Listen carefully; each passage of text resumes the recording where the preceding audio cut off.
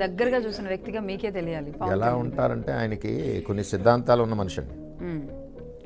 రాజకీయ జిమ్మిక్కులు తెలియదు, నటించడం తెలియదు.